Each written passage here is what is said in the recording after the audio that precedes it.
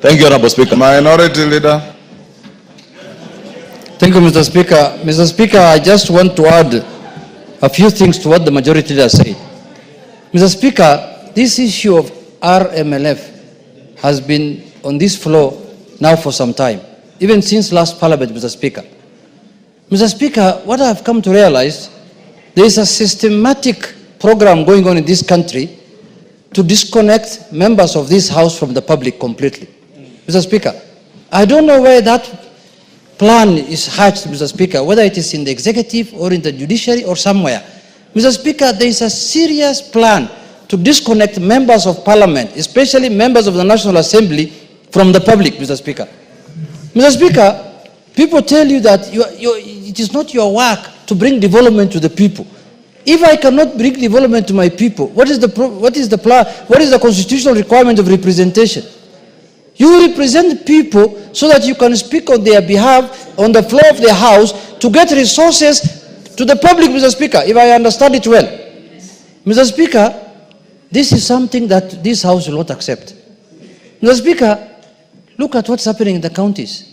We are not against devolution. We completely support devolution, Mr. Speaker. But Mr. Speaker, we have to analyze since the last 10 or 12 years whether devolution has worked for this country. The only things we see in devolution is conferences every year that shows us beans, ndengu, carrots, cucumber, cassavas grown in our areas, Mr. Speaker. Those things have been happening since independence. My grandmother has been growing cassava since Kenya became independent, Mr. Speaker. That's what you are being shown in devolution conferences. There is nothing serious that has happened in terms of devolution since devolution came into place, Mr. Speaker. Truth must be said. We must be truthful to the people, Mr. Speaker. Sure. Look at the amount of money that has been devolved in this country. Trillions of shillings since devolution came into place. Nothing to show for it. Nothing, completely nothing, Mr. Speaker. Let's be honest to Kenyans. Mr. Speaker, we don't want to describe them as devolved corruption. But people are preoccupied. Mr. Speaker, can we have order here? People are preoccupied with the little money that has been devolved through NGCDF, little money that has been devolved to the constituencies through RMLF, and people don't take note of the billions of shillings that are being devolved every financial year, Mr. Speaker. Counties are getting their money. They are never in arrears. Even if they're in arrears, it's 1 month, 2 months, in the end the money goes down to the ground. There are counties that are holding billions of shillings in their central bank accounts. I was reading in the newspaper the other day that there are counties that have not spent 48 billion shillings, Mr. Speaker. They are lying idle in their account. And they are still demanding for more money. They're saying, oh, the national government has not devolved. Lastly, Mr. Speaker, these people who are calling themselves here Nairobi, Kera and Kura, these people must know that these are organs of national government. They are not part of county government. They are oversighted by this House. This Director General of Kera, Mr. Speaker, this man is a joker. I can tell you for true. Yes. He thinks that he is supposed to report to counties. Which governor oversight him? Which county government oversight him? That man must be dragged here to this House under full committee of the full House, Mr. Speaker. And he must be told in no certain terms that he is supposed to report to the National Assembly, Mr. Speaker. This is a man who thinks that he is supposed to work with county government. Which county government is giving him money?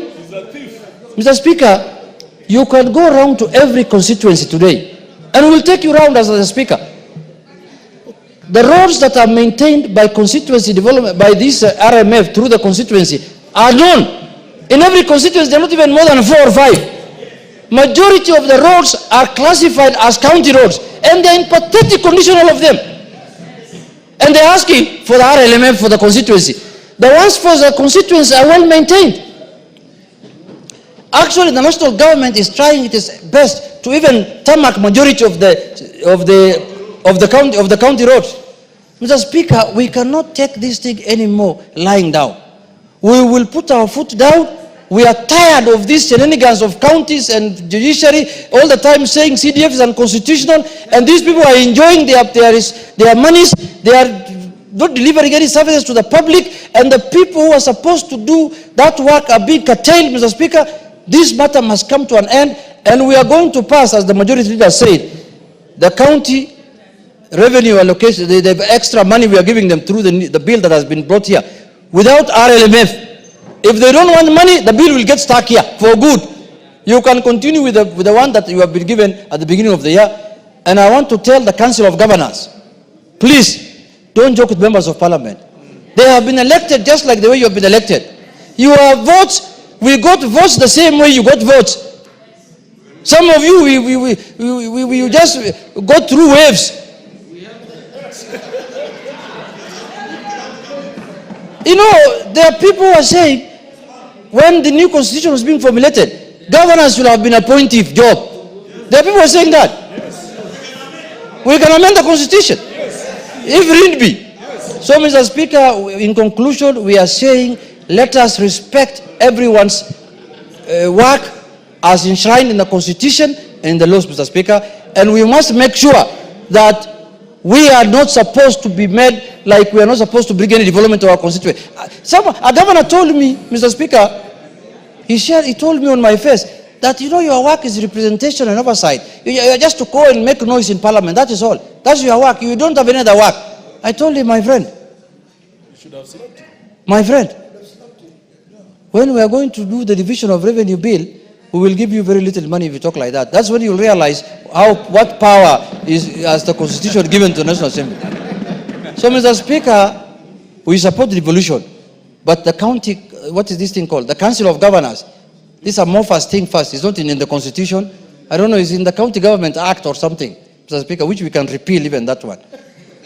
They must respect members of Parliament henceforth. And that is not anything we are begging for. Mr. Speaker, it's an order, and we will stand firm to make sure that our constituency gets development as required by law. Thank you, Mr. Speaker. Your leaders have spoken. Can we end there and go to some other business? Yes. Yes. Yes.